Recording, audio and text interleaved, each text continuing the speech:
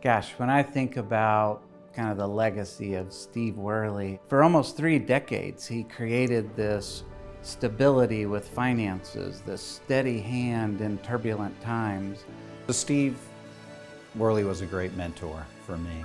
I spent a large portion of my career with Steve. Steve is a very quiet leader. He doesn't need the limelight. He's very comfortable in his skin. But there's no question that you know he's the leader. We all want to be a part of something great. I think that's a human need, and I think he had that honor. He was not just a part of something great, but he got the opportunity to lead it and helped shape it. It is so important that a community has a vibrant children's hospital to take care of kids in need and to take care of all kids in need, regardless of their ability to pay.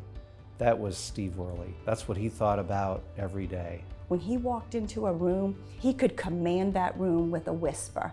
He created a hospital where we took really good care of the kiddos, but also we had this financial standing that was just unheard of. He just laid an amazing foundation. We have undergone an incredible transformation to our campus over the last 30 years that I've been here. He knew when to make investments and when they would pay off and when to be a little more conservative, and that has paid off tremendously. We're not making decisions just for today and next year according to a budget. We're looking at how to change a generation to have a brighter, healthier future. And those are the kind of conversations I would have with Steve. And that gets you excited. That's inspirational. Unflappable. He's never flustered.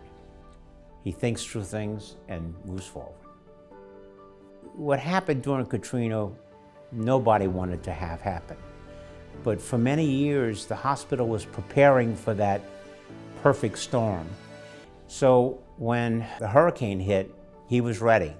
But more importantly, it was his leadership during that time which was so very important. As unfortunate as Hurricane Katrina was, a blessing that I got out of it was to be able to watch him lead in that time of crisis. Certainly there was a huge lift to take care of patients during that time, but taking care of your employees, making sure your people are good. Steve made the decision to evacuate the hospital, and in 23 hours, he evacuated all, I think there were 103 children safely to other hospitals. There were helicopters landing during the night. It was truly remarkable. I remember him gathering us all together to talk to us about what the future was going to be. And it was a really unsure future, but he maintained a calm, cool control. We knew we'd be back. After Hurricane Katrina, Touro Infirmary was really experiencing some significant financial difficulties. Steve and the board and others made the very wise decision of protecting the families in the community by purchasing Touro Hospital.